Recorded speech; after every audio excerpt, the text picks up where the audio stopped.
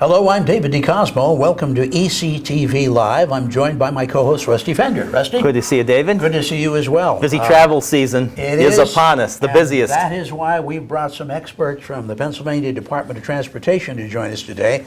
And we'll have two. Mike Toludo joins us first. And Mike, let's immediately talk about this being the holiday season and the concerns that you folks at PennDOT may have about safety, because things get busy, people get busy, and sometimes they don't concentrate as much as perhaps they should. Well, we're 15 days away from Christmas, and New Year's will be coming up. And what we want to do is tell people to be safe out there and to take their time and to follow the rules and make sure that if you have a child in your car, to have it in the proper child safety seat. Do not text and drive. And do not drink and drive. That's a big thing at this time of year, is when there's a lot of holiday parties going on, and then New Year's Eve. So we really want to make sure you have a designated driver if you're going to a holiday party and drinking. And combine that with distracted driving, and you have a 1-2 punch for failure. Well, distracted, people are in a hurry. They're rushing to get home from work or go to get their shopping done. So there is a lot more distraction. You know, and ironically, this is the time of year when you've got decorations all over the place. That's right.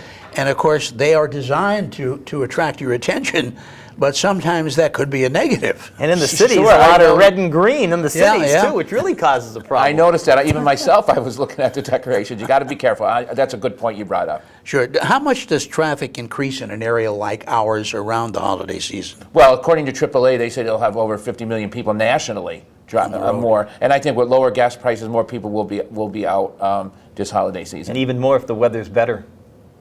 Well, we hope if the weather's bad, they would stay home. No, weather's better. Oh, the better Absolutely. weather, yes. Yeah. Well, now, one of the things that PennDOT is always reminding us about is watching out for the workers that have to be out. Now, most of your construction projects are not, they've been wrapped up by now, but you do have emergency things going on. And maybe it's a good time to remind people about, I think it's a fairly new law concerning, you know, you have a policeman pulled someone over. Move over left. Yeah, what's the... Yeah. Oh, you have to pull over law, pull over on, like if you're driving by, to get over on the left side if the cop is pull somebody over. Right. Now, of course, if traffic is heavy on your left, if you're on a two-lane, the interstate would be a prime example, and you've got an officer that's got someone pulled over, or you have some kind of emergency vehicle there, you are to get in the left lane. But if you can't do that, I guess just a matter of slowing down. Slowing down, right. And just keep going. Sometimes people want to see what's happening. Sure. And this has been a bad year overall for work zone safety. Look at the past August, September, and October. Look at the tractor-trailer crashes in work zones. And 2 out of them hit PennDOT dump trucks that were parked in the work zone. I mean, it's just truly unbelievable how people have no regard. Oh, absolutely. For work zone safety, I think they need to. The speed limit is reduced during work zone, so and the fines are doubled. So Right. that's the key to make sure you take your time in the work going through a work zone.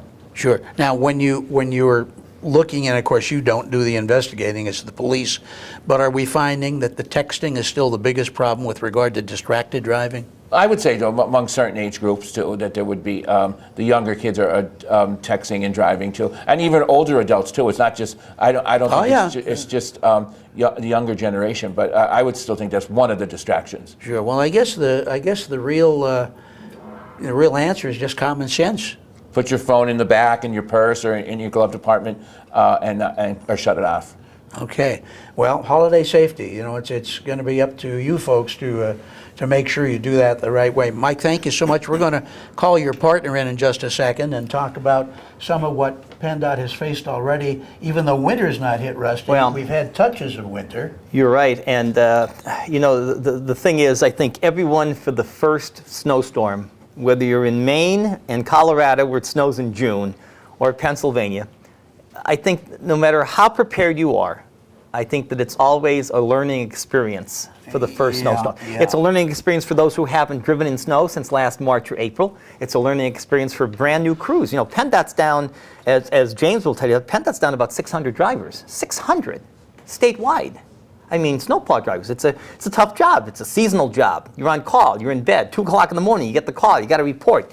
You know, it's not an easy job. People say, oh, look at the money these guys get. You know, look at it. They make one pass in our street and they're done. These guys work 12 hours, 24 hours, 48 hours during blizzards. It's not an easy job. Find out more about that. James May from PennDOT joins us now. Made this transition from Michael Tululo to me. Yeah, It's a little magic chair here. The magic of television, James. That's wonderful. Now, as I indicated, although winter isn't here, you've already hit one major storm. So we did, and it was it was a doozy. Brutal. It was a doozy. If I could just piggyback first off of one thing that Rusty just said. You know, I hear parents oftentimes when their children get their driver's license that they never want their children to drive in the snow or at night or in the rain.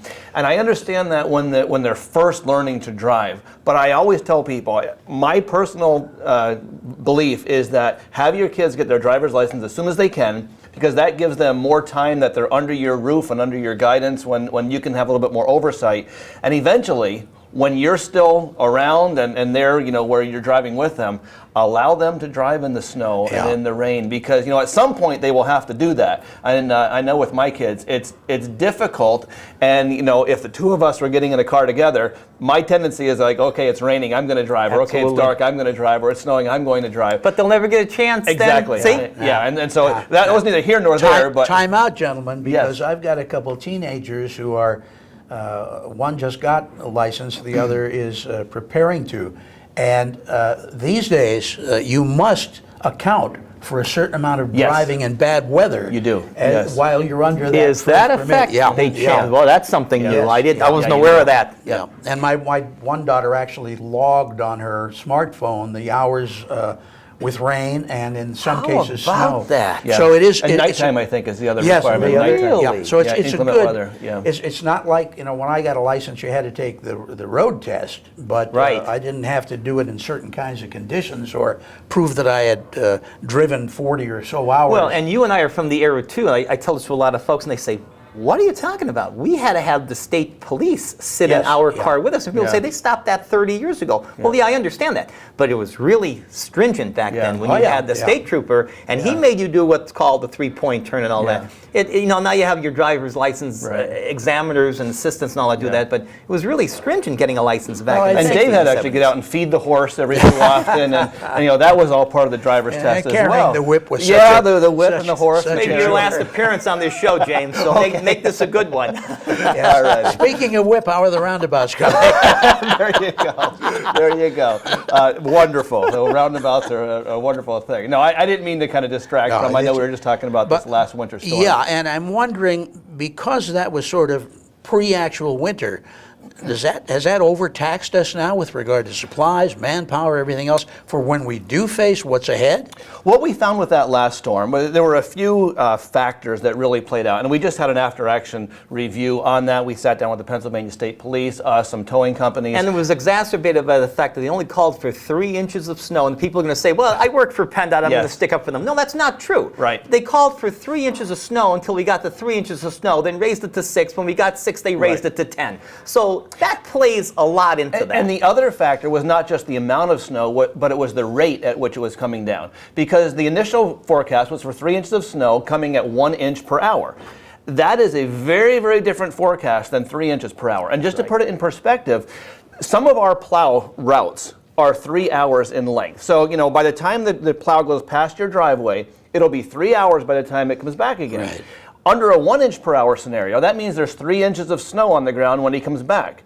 Under what it actually ended up being, you've got 9 inches of snow on the ground. A huge, huge difference.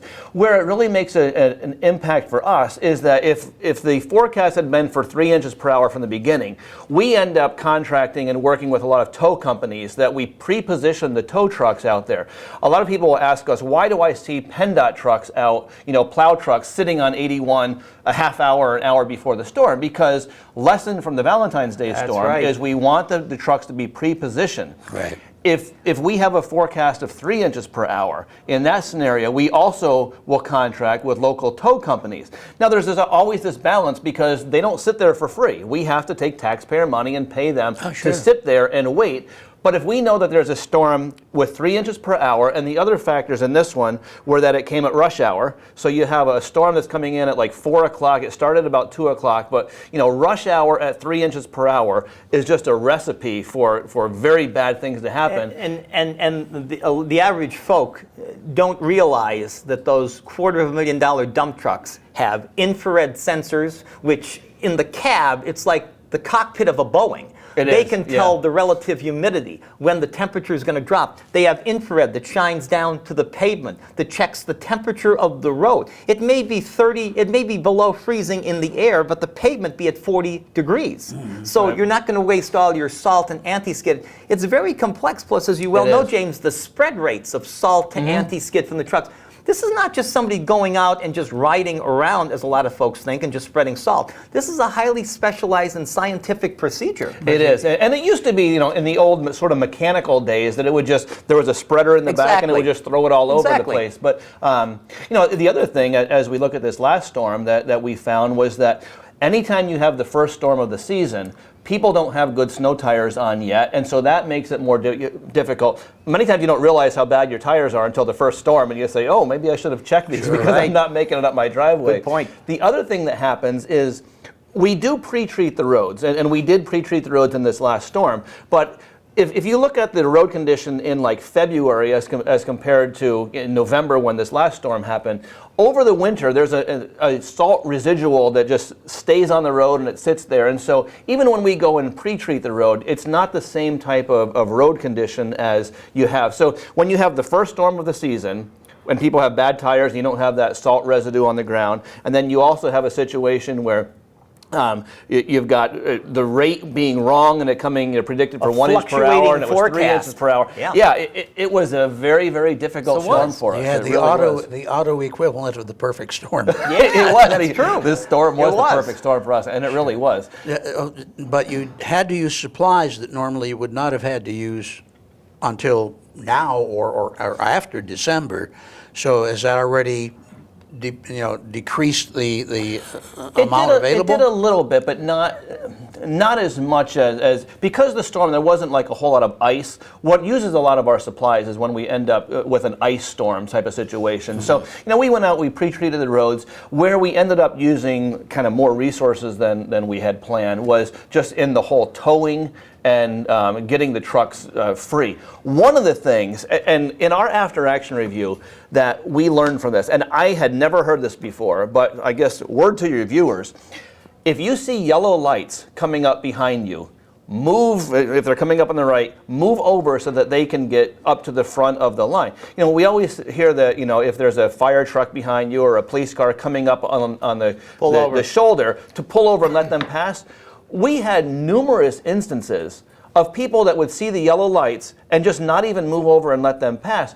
Or we actually had situations where truck drivers would, how sometimes if you see somebody kind of cutting along the shoulder of the road and you don't want them to kind of cheat in front of you, you'll pull, maybe a truck driver pulls over and doesn't let them pass. You'll block that lane. We had truck drivers that were pulling over, not letting our PennDOT trucks pass. True. And our one guy said he got out of the truck, this is in our after-action review, he said he got out of the truck, walked over to the guy and said, you can block me all you want, but you're going to be sitting here as long as I'm sitting here because I got to get up to the front of the line and clear this so we can get this road going. So we're doing a big push now just as let the plow pass. If you see yellow lights behind you and it's a tow truck or a PennDOT truck, please move over and let them pass because they're not just cutting in front of you because they want to get home for lunch break. They're cutting to the front so they can clear that. And not that. One tractor trailer jackknife guide rail to guide rail and 10 miles of traffic stopped behind it because he can't get through. And in that 10-mile backup, there are 4 PennDOT trucks. What do you do? I mean, they cause the problem on how PennDOT cannot get ahead of the situation and ahead of the accident for that matter, James. Take it from a former beat reporter who has been stranded twice overnight on interstate highways. That is from 6 in the evening until 6 the next morning. Happened to me twice. Let the plows get ahead of you. Absolutely. You're far better following the plow than stopping the plow. That's, again, common sense as we talk with Mike Toludo about safety. That was the year, the Valentine's Day storm and the St. Patrick's Day storm in the same year. That was the 1-2 shot. Well, here comes 2019. what are we facing in terms, first of all, of readiness for storm, but secondly, in terms of what you'd like to accomplish, you being PennDOT, for road construction, repair, whatever, for the coming year? Well, obviously during the winter, I know you talked about this with Mike, a lot of the construction does slow down over the winter time. There were some stories out in other media that we were talking about that this last summer, spring, summer, and fall, was sort of the one summer that I can remember in my lifetime when there was no major construction on Interstate 81. Yeah. And it was amazing, Yeah. and I don't know how many people actually paid attention and realized that. There wasn't. Well, that's not going to happen anymore Yeah. because that was a one-time thing. But it And needs it. Now is the next time year we are going to be Absolutely. making up for that plus some because there's a lot of construction going out the door. And one of the things that we're trying to do now is to make sure that we have everything coordinated, because what we don't want to do is, like, we're still wrapping up the Harrison Avenue Bridge project, and the bridge itself is done, but where we had to get down underneath the bridge, we took out a portion of the Central Scranton Expressway. So they're rebuilding that, and there's going to be a lot of work taking place on the Central Scranton Expressway in the spring. Plus, you have to take all the access roads out too, where all the equipment got under it. Right, That has and to be so restored. and so there's all of that work taking place, but then there's also a paving project that's going on in Lackawanna County from just south of Dunmore down to the Luzerne County line. But that's going to end up closing a portion of Music. And so we want to make sure that we kind of do both of those projects at the same time. A third project going out down in Luzerne County where they're doing some paving. So a lot of work taking place. And we want to make sure everything is coordinated so that we don't have a situation where there's a work zone on top of a work zone on top of another work zone, and that we do it all in a coordinated fashion. And that's a big one, from the concrete section of 81 at Ashley to the airport. And we're also doing some work on the concrete section. I had somebody write to me the other day and say, I think there's a problem with the rumble strips that you installed on 81. I said, rumble strips? There's We don't no- have any there's rumble no strips. rumble He goes, strips yeah, on there it." are those rumble strips up on the concrete section in Dunmore. You know what I'm talking about? Well, that's got to be that roller coaster. It is. That's a drinker street. This is It a is. section of highway in Lackawanna County. Yes. Near the Dunmore exit of 81. That's right. When you drive on it, you'll know. You don't know. The sound of your car will change. There'll be a. You don't have a flat there'll tire, be a- despite what there'll people be a think. bump as though you're going on a railroad. That's already been replaced once, as you well know. That was dug out and replaced from the original construction. Now, when I see that, I tend to think, well, it's a concrete problem. Would it be better to macadam a section like that? Oh, no, definitely not. Well, You want to keep that. Yeah, and concrete does have a life cycle. So to some, I mean, that was originally put in, the Casey was done in the 90s. So Right. it is sort of getting at the end of a life cycle. But there are some drainage issues there. There were some issues back in the 90s with the type of material that they used, and there has been some kind of short-term fixes. With some type of concrete, if it's not too bad, they can do a grinding to it, a diamond grinding, where they can kind of get it evened out. This is a little bit deeper surface problem that they have to actually go out and remove portions of the concrete out there, the slabs, replace those. And so essentially what's happening is they're all slabs, and each one kind of sits down. So if you look in your rear view mirror, you'll see where you go across and it drops down. It goes across almost like this drop down. And so it feels like rumble strips because you're going so fast. You're going at 55, 60 miles an hour. So it feels like it's real fast. And but most of it's drainage. It is, Bad yeah, a drainage. lot of drainage. That's what's the underlying cause there of this. So. Well, that's now we also had right between Luzerne and Lackawanna County on 502, I believe it was. There was a bridge that kind of was. It seemed to me suddenly somebody discovered it wasn't. Well, they inspected that is when they found that. Good thing You're for exactly bridge right. inspection. Yeah, and so the bridge inspection crew was out there. And this is one of the things that happened with the amount of rain that we got this last year. One of the things that happens is that you have a lot of places that just wash away. At my house personally, there's a creek by my house, and I went out a few weeks ago. I looked and I saw a whole portion of the ground that just Big washed erosion, away. big time. And that's what happened on 502. An inspection crew went out and they found that a large portion of the dirt that was holding up the pier of the bridge had just washed away. So they're in the process right now of replacing that. They're looking at by the end of December, beginning of January. It's not a real long process, but they're looking at doing that. One other thing, since we're talking about bridges, we also just announced that there are 15 bridges, 10 of which are on Interstate 81 in Luzerne County and 5 on Interstate 80 in Luzerne County, that are all going out in one large, it's called the P3, Public-Private Partnership contract. We're doing more of this now, this bridge bundling, where we do a private partner, a public-private partnership with a private contractor. They come in and they end up doing all of those bridges in one big contract. What we do is we find 15 bridges that are all about the same size, that are all, and so we know that they're all same size, same type, and we put it all in one contract and have a contractor go out and do it. By doing it under the public-private partnership, it allows us to work more closely with the contractor in the design phase and say, okay, how can we kind of work together with this? And so it gives more flexibility on the design side. And just like when you go to a big box store and you buy in bulk, by putting the contract out in bulk, it'll save the taxpayers money as well. So more flexibility on the scheduling side and a savings for the taxpayer. So that's looking at. It's going to go out to design in 2019, and then we're looking at starting it in 2021, and looking at it being about a 2-year contract. So it's pretty quick when you're looking at 15 bridges on the interstate and putting it out and having it wrapped up by about 2023. So and more work on the interstate. And the Elmhurst Bridge project, the biggest one at the Twin Bridges.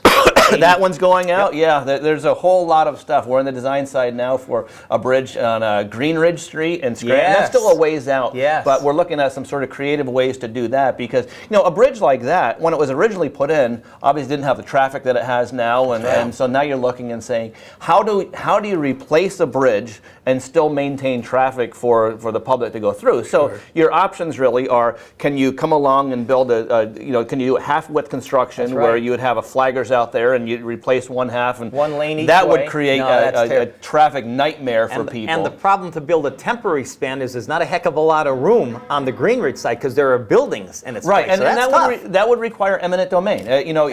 We would have to take property. That's and right. So most people look and they say, well, I like that option best. Unless they understand it's going to cost more. So then you're into, okay, so because we do have to take property, it costs more. And if you're the one guy that has the property there, maybe everybody else likes it, but you may not want that. And so we always try to avoid eminent domain. What we're looking at with this one, and it's still in the design phase, but it's sort of a new concept we're looking at, is to come alongside and go upstream and build a temporary bridge. And then we would end up completely closing down Green Ridge for a few months probably, and essentially slide the new bridge in on the old concrete in place there. And so that's a concept that we're looking at right now. Rapid replacement project. And so we do that right now with some box culverts. We've not done it here with the bridge project, but we're looking at that as one of the options. So with that type of project, the options are this half width, which causes all sorts of backups, a temporary runaround, which you have to take eminent domain, or this whole idea of can we build a bridge next to it and slide it in. The downside to that is that the entire bridge would be closed down for a few weeks or a few months. But it's sort of like, is it better to rip the Band-Aid off all at once or to do it slowly? We're thinking, and we just had a public meeting on this, it seems like the feedback is to go with that third option, but we're still looking at that. And people complain all the time about all the departments of transportation in the states. And if I were in charge of that project, like they would do in the other big metropolitan areas, like states like New Jersey and New York State, you have the Market Street Bridge, a brand new bridge, 2 blocks away to the north. Just let them use that as a detour for the next couple of months. But still, not to displace people from Green Ridge, you go above and beyond the call of duty to try and not inconvenience them. People don't see that. Something that you said, though, that I think we want to address because time's getting a little short. We did have such heavy rains during the summer of 2018. And here's a case along one highway, Route 502, where, as you say, the bridge was damaged essentially by all that water. Right. We got an awful lot of bridges, and some of them are not main ones. I say main ones that people see all the time and go over all the time. And they're not main until they're your route to work. And then exactly. They didn't know there was a bridge then there. It's a priority. But I'm wondering how many others may have been, sustained a similar damage, but inspectors haven't gotten around to check. I mean, how many bridges? You can't have inspectors out every to check every bridge every day. Well, and there are certain areas where they know that the flooding was especially bad. So like up in Susquehanna County, we just had a contract go out for that where we're bringing in extra resources. We actually got some extra money from Harrisburg to do a lot of work up in that area. There was just extensive damage from the rains up that way. In fact, crews from Schuylkill, Luzerne, They did, yeah. Extra went crews up came there. up. Mhm. Extra crews went Yeah. to Susquehanna County from Luzerne, Lackawanna, Schuylkill counties to help out. So that was a good thing. There was a lot of, in fact, somebody called me the other day and said that there was a area alongside the road, some drainage, where it was like an 18-inch drop, and they were really concerned about it. So I called the assistant manager. He said, 18-inch drop? I said, yeah. He said, our priority now is on like the 5 and 6 foot drops. 18-foot He said that's the one. So there was a lot of damage up there. So you're targeting though areas where you know Right. that the rain caused heavier flooding and that sort of thing. Yeah, and they do have inspectors that are going out and prioritizing. And you can oftentimes see the damage that's caused, before it gets down to the bridge. So, if you're alongside a road, normally you can see where it is, and they know the areas that have. And that it's not type like of danger. rebuilding an entire bridge; it's more like shoring up. Right, so that's what they're doing in this one. This will be PennDOT crews on 502. It's PennDOT crews will go in, and they have to get material. They take the material in, and they essentially replace the old dirt that was there, make sure it's shored up better than what it was, so it'll last. And so that's what Now, they're looking again, to do. holiday travel. A lot of people be moving around, and as we hit into January and such. I understand, and correct me if I'm wrong, that New York State does not use the liquid type calcium mix for the highway. Is that true? I do not know. The brine, is that what you mean? Yeah, the brine. Okay, yeah. I'm told that they don't. I don't know if that's true or not. I don't know but if that's true either. I have heard a lot of people complain that while it is helpful in terms of holding off freezing, that it's deadly to brake lines and transmission lines on Well, cars. it is the salt or calcium chloride is the main oxidizer, so it's certainly not good for you. For your I can- you to talked be honest about with me. you. Crashing not real good for you either, though. You talked about me driving the horse team. I didn't drive the horse team, but I did drive a 50 Buick, and what we did was we put out cinders, and cinders did the trick. Sure. Well, it's a different it era. is a very tough balance to find because, yes, the same material that melts the ice will also do damage to cars. Salt is not real good for bridges, and it's not real good for your cars. It's certainly it's not. very corrosive. But it's great for being able to melt the ice and to keep people from crashing. And so there's a balance. And even when we use the brine now, I know Rusty was talking before about the technology on stuff, we are able to, there are certain times where it's not smart to pre-treat a road. Now, in this last storm, it was not the case, but if we're getting like freezing rain, you put down the brine on the road, and it's sort of like a salt water mix. Exactly. It comes down, it washes away, and it freezes. So that does no good. But yeah, we want to find that balance to make sure that we're not putting down so much that we're wasting taxpayer money or that we're doing more damage to cars than what we need to. But if you don't have any down, then, I mean, we saw what happened as far as, the ice and stuff that builds up on the road. So it's a balance that we try to find so there's just enough to make the road passable. And I think it's important for people to understand that our goal is to make the road passable. It may not be completely clear in the wintertime, but we want to make the road as passable as possible in the winter. And of course, safety is the ultimate concern. It is. You want to make sure whatever you're doing, even if it damages a brake line, if it saves lives, then it's obviously worth using that. So 2019, going to be a busy year, obviously, for you. Very, very busy. And be prepared for some inconvenience if you're driving. But I guess it reminds me of the old signs I used to see in New York: temporary improvement. Long time, temporary discomfort, long time, permanent improvement. Yeah. And it really is. A lot of what we do, many times I hear people say, well, I want you to go get the roads fixed. I want you to get the roads fixed. And then when we come on a show like this and say, well, guess what? We're going to do a lot of work to get the roads fixed. Oh, no, I don't want you out there. and so, yeah, it is a short-term inconvenience for a long-term gain. Engineering-wise, I always equate it to it took about 5 years to build the entire interstate system from 63 to 68. Now it takes 5 years to replace one bridge. With the volume of traffic. And that's it. It is. You have to close the old bridge down and need a repair. You have to build a new one. That takes time. Then you have to replace the old bridge. Then you have to tear down the replacement bridge. I mean, this is People ask me all the time, as an Army veteran, served in Iraq, people ask me all the time, well, when I was in Vietnam, we could put a bridge across a river in 2 days and it takes you 2 years. Well, yeah, you didn't have all the environmental things you had to go through. You didn't have to maintain traffic for 80,000 cars. And there's a whole lot of things that the design, the eminent domain, you just put it where you want. And a lot coming up. Jim, thank you so much. Thanks, James My May. pleasure. And Mike Toluta, before you, we thank you so much. Thank you, Michael. And I thank you, Rusty. Yeah, and, anytime, Dave. Mark McGlory, for keeping us in focus. I'm David DeCosmo for ECTV Live. Until we see you again next week, here's hoping all your news is good.